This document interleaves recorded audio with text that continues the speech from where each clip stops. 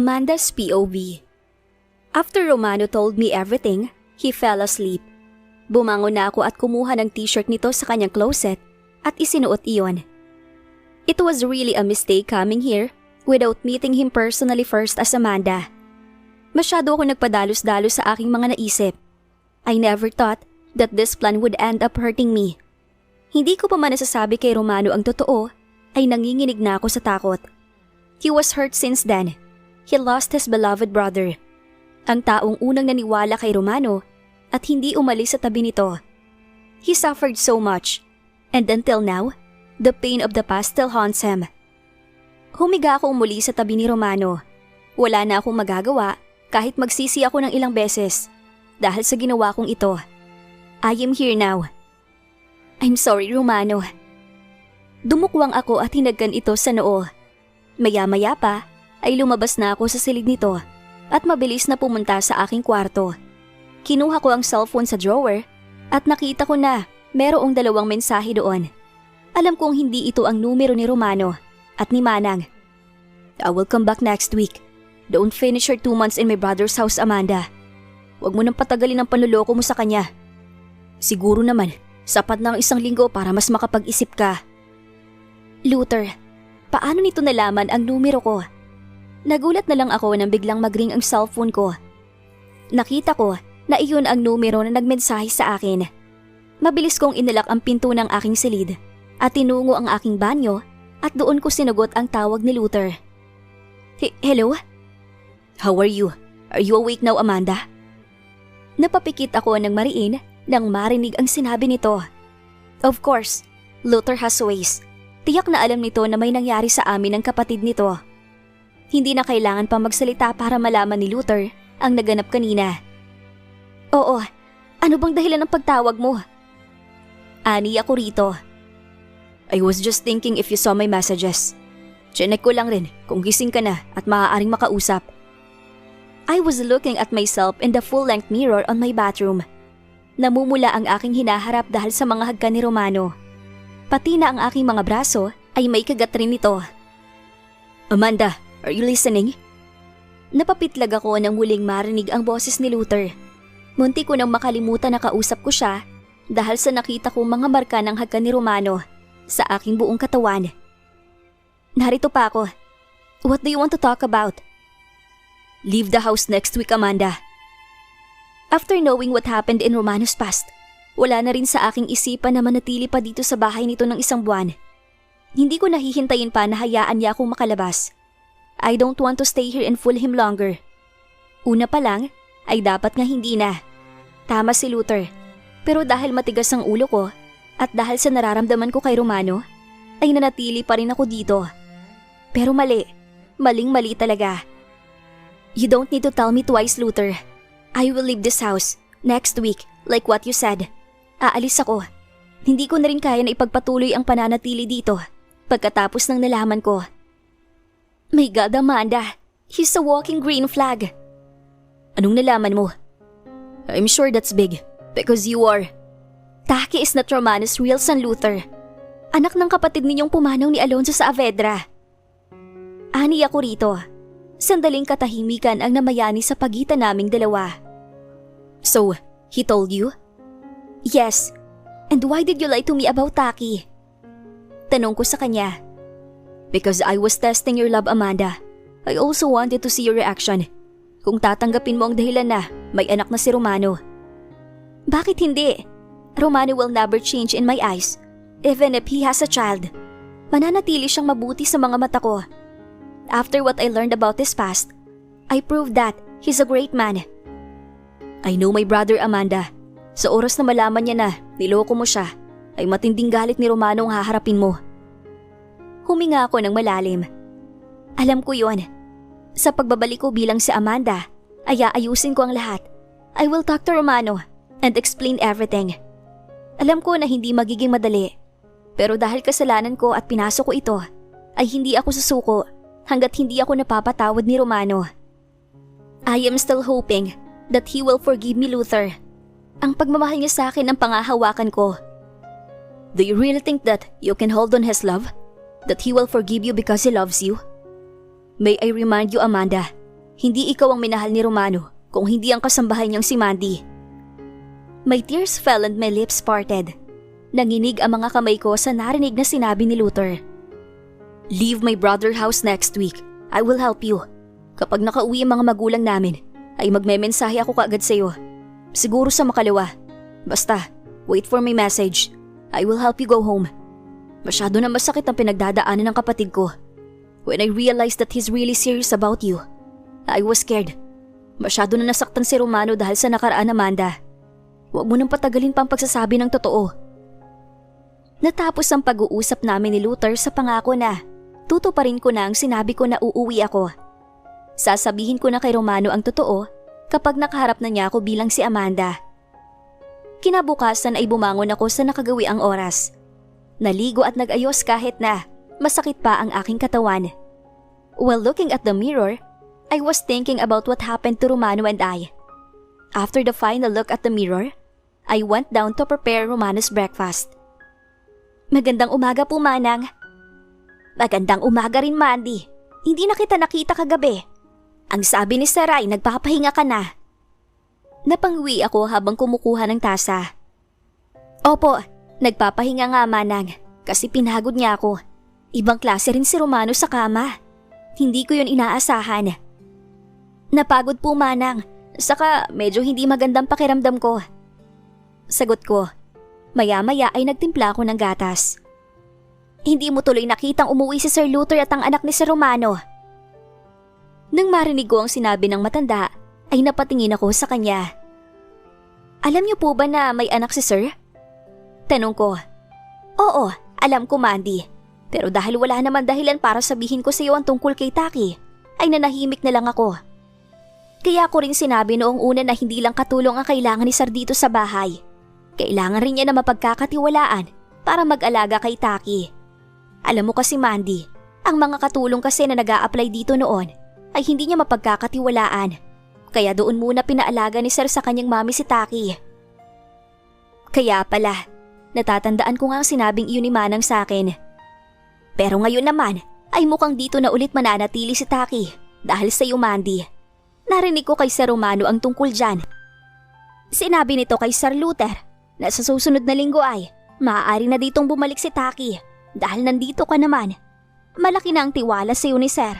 Nakakatuwa. Bigla akong nakaramdam ng sakit sa sinabi ni Manang. Malaki na ang tiwala sa akin ni Romano. Kahit na sa kabila ng pagiging si Mandy, nagtatago si Amanda, ang anak ng isang bilyonaryong si Eduardo Castellanos. Huminga ako ng malalim at uminom ng gatas. Kaya rin tumawag sa akin si Luther dahil sa susunod na linggo, iuuwi dito muli si Taki. Iyon ang maaaring dahilan kaya sinabi nito sa akin na kailangan ko nang umalis. Kaya mo naman mag-alaga ng bata, hindi ba, Mandy? Opo, alam ko naman po. Sagot ko. Manang, ako na po maghuhugas ng mga pinagkapihan ninyo. Magsisimula na rin po ako magluto ng agahan ni Sir. Ani ako rito. Sige nak, salamat. Tumango ako at ngumiti. Pagkalabas ng matanda, ay binuksan ko ang ref at tumingin ng iluluto ko. Magpiprito ako ng manok, hotdog at bacon at magsasaing na din. Nang iangat ko ang rice cooker, ay nagulat ako nang may pumulupot na mga kamay sa aking bewang. Kaagad ko iyong nilingon. Romano? Good morning, baby. Ang aga naman niyang nagising ngayon. Magandang umaga. Pero bakit ang aga mong nagising ngayon? Tanong ko, hindi pa rin ito bumibitaw sa pagkakayakap sa aking likod kahit naglakad ako pagilid nang i-on ko ang rice cooker. Romano, nagluluto ako. Ani ako rito pero hindi pa rin ito bumibitaw sa pagkakayakap sa akin. And anong problema dun? Tanong nito. Huminga ako ng malalim at hinarap ko ito. Ngunit pagkaharap ko ay sinalubong ako ng kanyang mga labi. Isang mabilis na hagka nang iginawad nito sa akin. I like morning kisses, right? He said smiling. I was just looking at him. Ang ganitong ngiti nito ang nais kong makita palagi sa kanyang muka. Hindi yung muka nito na puno ng pagsisisi at kalungkutan. Hayaan mo ko makapagluto ng maayos. Pwede ba?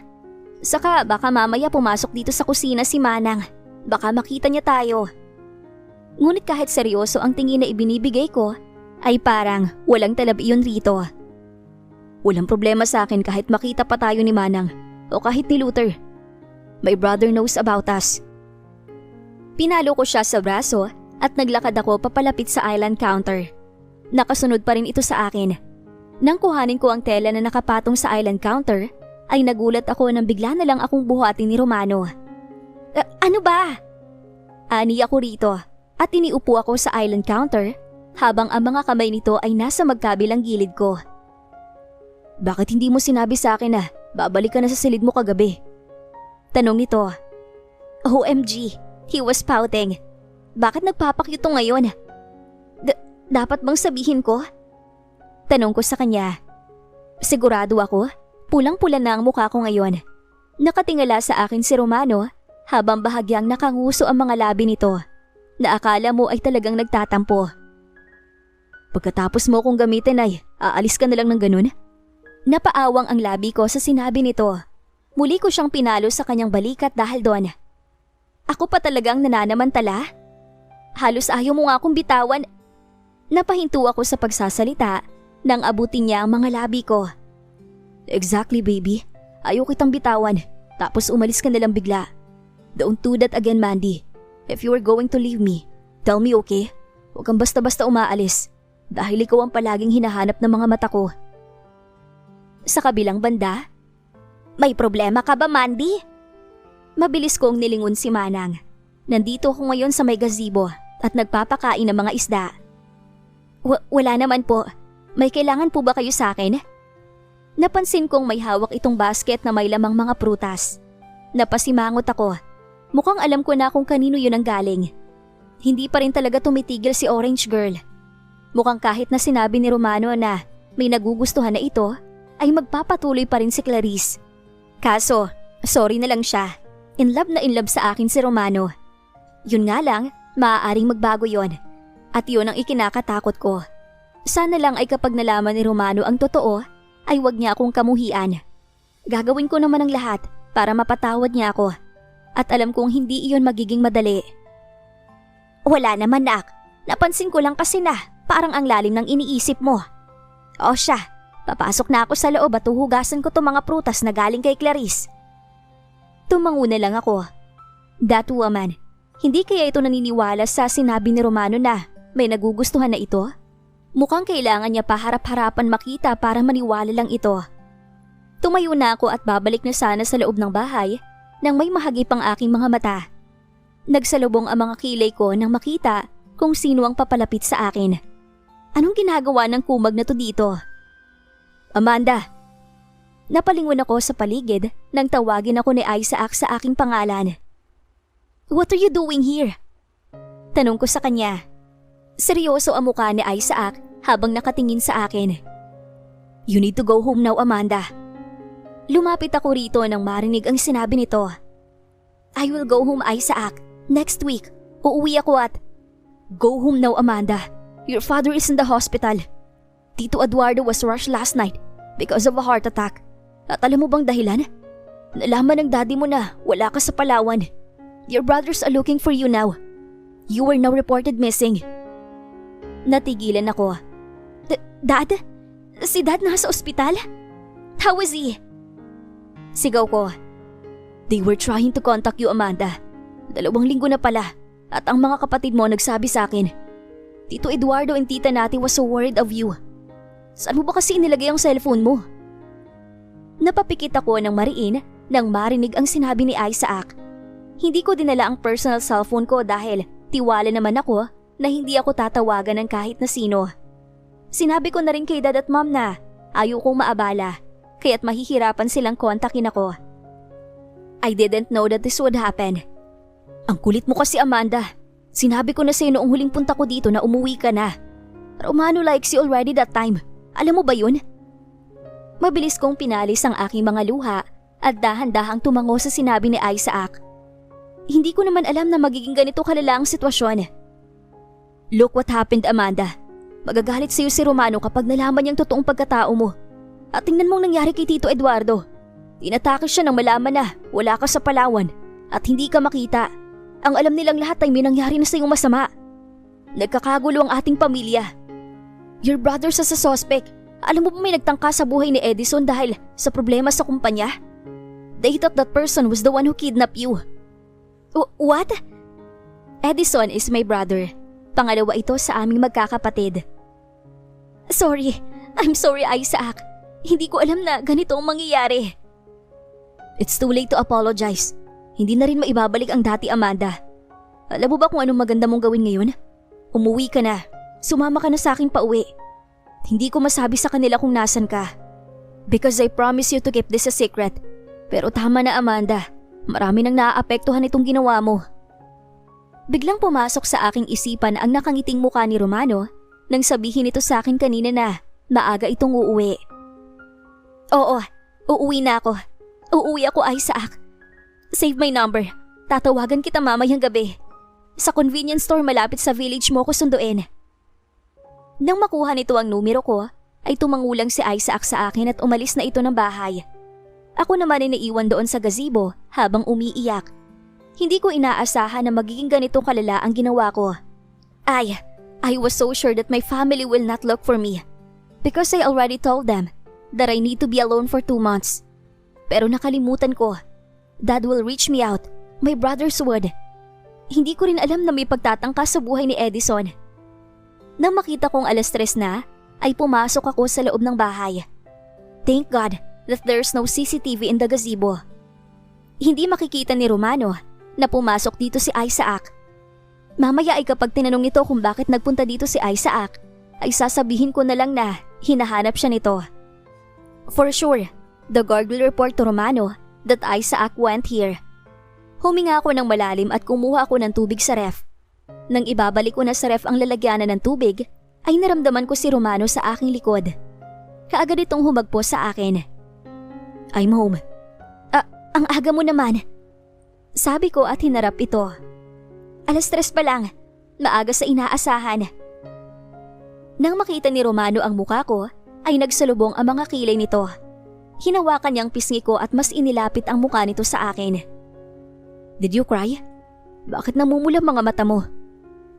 Mabilis kong inilayo sa kanyang katawan ko sandali at huminga ng malalim. Kunwari ay may inaayos ako sa lamesa sa likod nito kahit wala naman. I'm emotional right now. Baka bigla akong maiyak sa harapan nito kung patuloy itong magiging ganito. Magbihis ka kaya muna. Saka may gusto ka bang kainin? Merienda. Tanong ko pa.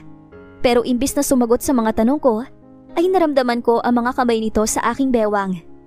Nakayakap na naman ito sa aking likod. Mas nahihirapan ang kalooban ko, lalo pa at mamayang gabi ay iiwan ko na si Romano at babalik na ako bilang si Amanda.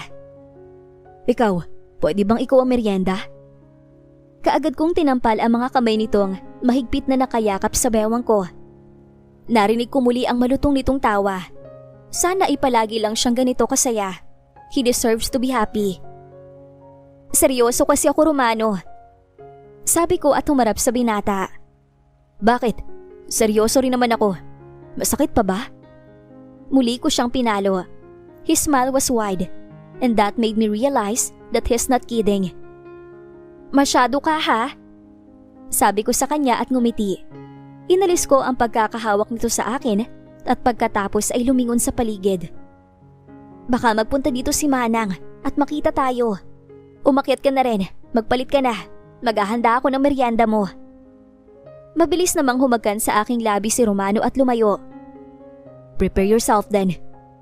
Yun ang mga sinabi ni Romano bago ito umalis sa kusina upang pumunta sa silid nito. Nang makaalis si Romano ay napaupo ako. He's so happy. Ngayon ko lang nakita na ganito ito kasaya sa isang buwan na pananatili ko dito sa bahay. I don't want to cut his happiness, but I really need to go home. Hindi ako si Mandy na walang pamilya. Ako si Amanda Castellanos at may naghihintay na pamilya sa akin. I can continue to pretend forever here. Hindi ko rin kaya dahil sinasakop na ako ng aking konsensya. Romano is a great man. He deserves only the truth. Maya-maya pa ay nagluto ako ng carbonara para sa merienda ni Romano. Hindi na rin naman ito bumaba. Mandy, tapos ka na magluto? Tanong sa akin ni Manang. Opo, bakit po? Tumingin ang matanda sa inihahanda kong pagkain. Dalhin mo daw sa silid ni Sir. Galing ako doon dahil may dumating itong sulat. Nagtatrabaho ulit. May pinahabol ata sa kanya. Kaya pala hindi na ito bumaba. Napaka-workaholic talaga ni Romano. Sige po, Manang. Nang maihanda ko na ang carbonara sa tray, ay nagtimpla rin ako ng juice. Pagkatapos ay tinungo ko na ang silid ni Romano. Kumatok ako nang nasa tapat na ako ng pinto. Pero hindi ko na hinintay na pagbuksan niya ako dahil ako na mismo ang nagbukas noon nang ibaba ko ang tray. Mukhang hindi man lang namalayan ni Romano na nakapasok na ako. Maya-maya ay umangat ang tingin nito sa akin. Sinabi ni Manang na ihatid ko na lang dito. Busy ka? He smiled at me and removed his eyeglasses. Come here, baby. Tumalima ako at ibinaba ang tray sa coffee table. Nang aalisin ko na sa tray ang merienda nito, ay nagulat ako nang hilahin niya ako sa aking kamay. Ay, Romano naman. Ani ako rito at pinalo ito sa braso. Napaupo ako sa kandungan nito dahil sa paghila nito. I thought I could have a time with you, Mandy. Bigla naman may dumating na trabaho. Nang marinig ko ang sinabi ni Romano, ay napatingin ako sa laptop. Mukhang abala nga ito. Pero matatapos ba siya kung nandito ako at nakakandong sa kanya? Kung marami pa palang trabaho, ay aalis na ako para matapos ka na agad. Tawagin mo na lang ako kapag tapos ka ng kumain. Imbis na sumagot, ay hayaan akong makaalis ay humigit ang kapit nito sa akin. Naramdaman ko rin ang mga labi nito sa aking batok. Napahinga ako ng malalim nang umakyat ang mga kamay nito sa aking itaas. Maybe work can wait. Mamaya ng trabaho. Romano, di ba hindi ka tumitigil sa trabaho hanggat hindi natatapos? Tanong ko dahil inaalis na nito ang pagkakabutones ng pang-itaas na suot ko. Nang maalis ngayon ay hinawakan nito ang aking pang-itaas at doon naglaro. Noon, Mandy, pero iba na ngayon. You are more important than work. I miss your scent. Umuwi ako ng maaga dahil gusto kitang makita. Next time, can you go with me in my office? Napaawang ang mga labi ko. Hindi dahil sa gulat, dahil sa sinabi nito. Kung hindi dahil paglalaro nito sa aking hinaharap, nang lingunin ko siya upang sumagot, ay sinalubong ako ng kanyang mga labi. Wala na akong nagawa kundi tugunin ang labi nito. Kasabay nun, ay binuhat niya ako at pumasok kami sa kwarto nito kung nasaan ang kama nito. He put me in his bed and he started to remove his clothes. Hindi na ako dapat umiwas pa. I will leave him later. Maya-maya pa, ay nagsimula na itong umatake. Dahil sa ginagawa ni Romano, ay hindi ko na alam kung saan ko ibabaling ang aking muka dahil sa nararamdaman ko. Nang maghiwalay ang aming mga labi at mapatingin ako kay Romano, ay nakita ko na nakatingin ito sa akin habang nakangiti. Mandy, may kinuha ito sa kanyang bulsa. Nanginig ang mga labi ko nang makitang itim na box iyon. I was never this sure in my life, Mandy. Sigurado na ako sa nararamdaman ko para sa iyo. Mahal kita. Mahal na mahal kita. Will you marry me? He said and opened the box. Napatingin ako sa singsing na naroon. I was emotional because of what I learned from Isaac earlier and what I am seeing right now. The proposal was so sudden. What's happening never crosses my mind. I didn't know that Romano was this sure with me. Mandy, his maid. But the ring made me feel like everything was real. Oh God, I never thought that a young billionaire bachelor like him would fall for a simple maid. Hindi ko alam ang sasabihin ko, pero sigurado ako na nais kong makasal sa kanya. Wala na akong pakialam kung ako pa si Mandy ngayon. Tumango ako kay Romano at ngumiti. Mabilis itong isinuot ang singsing sa akin at pagkatapos ay muli akong hinagkan sa labi. Thank you, Mandy. I promise you, I will take care and love you for the rest of my life. I love you, baby. We continue where we left earlier before he proposed to me. At lumipas pa ang mahabang sandali ay sabay naming naabot ang sukdulan. I love you. I love you so much, Mandy. That's what I heard before I fell asleep.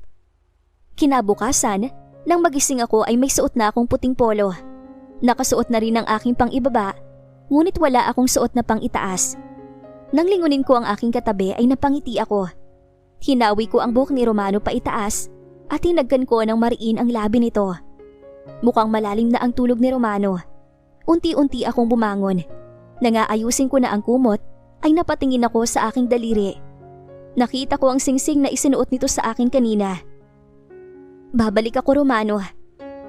Nang tumingin ako sa orasan ay nakita kong 11:00 na ng gabi. Dahan-dahan akong lumabas ng silid ni Romano at tinungo ang aking kwarto. Mabilis kong kinuha ang aking cellphone at nakita ko na may mensahe doon.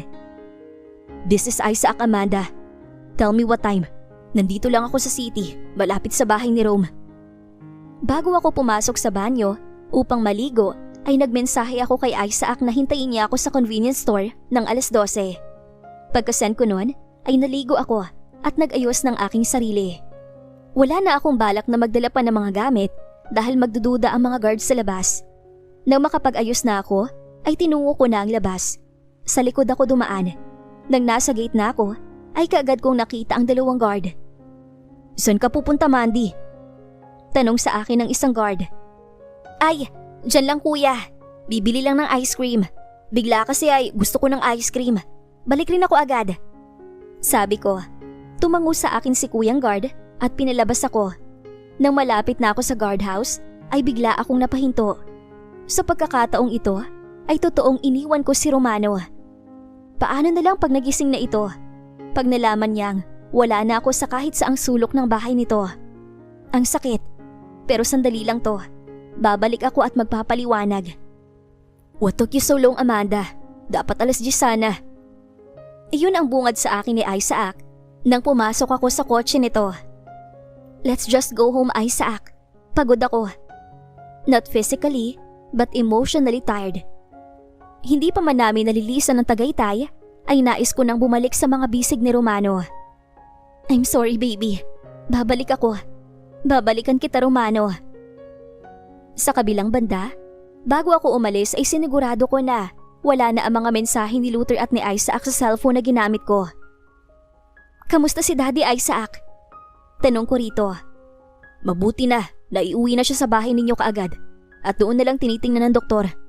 Ayaw rin kasing manatili ni Tito Eduardo sa ospital, kaya't pumayag na sila sa Grand." Nakahinga ako ng maayos nang marinig ang sinabi ni Isaac. Hindi ko mapapatawad ang sarili ko kung may nangyaring masama kay Daddy. Ako talagang pinagmulan ng lahat ng to. Kahit ang mga kapatid ko ay kumilos na sa pag-aakala na nakidnap ako. Thank you for keeping your words, Isaac. Sobrang na-appreciate ko.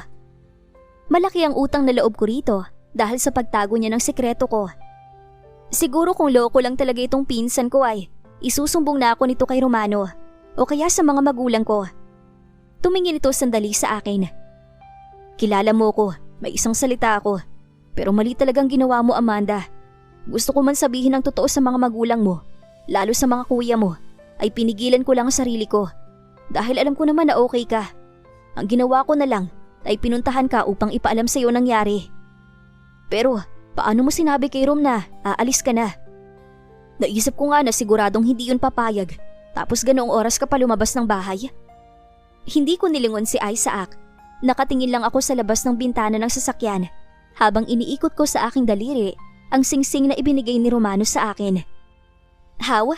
Una pa lang ay wala akong balak na magtapat kay Romano habang naroon sa bahay nito. Alam kong mali yun, na dapat ay bago ako umalis, sinabi ko muna sa kanyang totoo. Pero nais kong makaharap si Romano sa oras na itinakda ni Daddy na magkita kami. I wanted to explain to him everything, na ako si Mandy, ang namasukan sa bahay niya. Na ginawa ko lang yon dahil ayoko talagang magpakasal. Ngunit nagbago ang lahat na makilala ko siya. I don't know if he would forgive me, but I already take it to myself. If Romano would hate me, I will do everything to win his trust again. Alam ko naman na hindi basta mawawala ang pagmamahal niya sa akin. Dahil ako rin naman si Mandy. Ako pa rin yon. At yun na lang ang pinangahawakan ko. Amanda, how did you come up with this idea? You are old enough to know what's right and what's wrong. At paano ka nga nagpaalam kay Romano? That man was so in love with you. Hindi ako nagpaalam, Isaac. Tumakas ako. At wag mo na akong sermonan. Nahihirapan rin ako sa ginawa ko, Isaac. Hindi ko alam na mauuwi sa pagmamahal ang kagustuhan ko na makaalam ng hindi magagandang bagay tungkol kay Romano. Love comes when you least expect it. Kaagad bumaba ang tingin ko sa singsing na nakasuot sa akin. Gusto ko na kaagad bumalik. Namimiss ko na kaagad si Romano. Ganito pala ang pakiramdam na nagmamahal. Nang sabihin ni Romano sa akin na palagi akong hinahanap ng mga mata nito. Napagtanto ko na ganito pala ang pakiramdam nun. Gusto ko rin na palagi siyang nakikita. Hinahanap-hanap rin siya ng mga mata ko. Ewan ko ba kasi sa iyo, Amanda? Nagulat nga ako na makita kita doon. Be thankful that Romano doesn't have any idea about you as Amanda Castellanos. Pero paano ko nakilala kanya habang naroon ka sa bahay niya? I know my friend, he's so honest with his feelings. Dear cousin, if he's mad, he's mad. Kaya nung napansin ko at nalaman na nagugustuhan ka niya, ay binigyan na kita ng babala. Pero talagang tumuloy at nagtagal ka pa. Now, I think Romano's feeling was so deep. His mood changed. Nang pumunta ako sa kumpanya niya nung nakaraan, ay nakangiti itong palagi na akala mong baliw.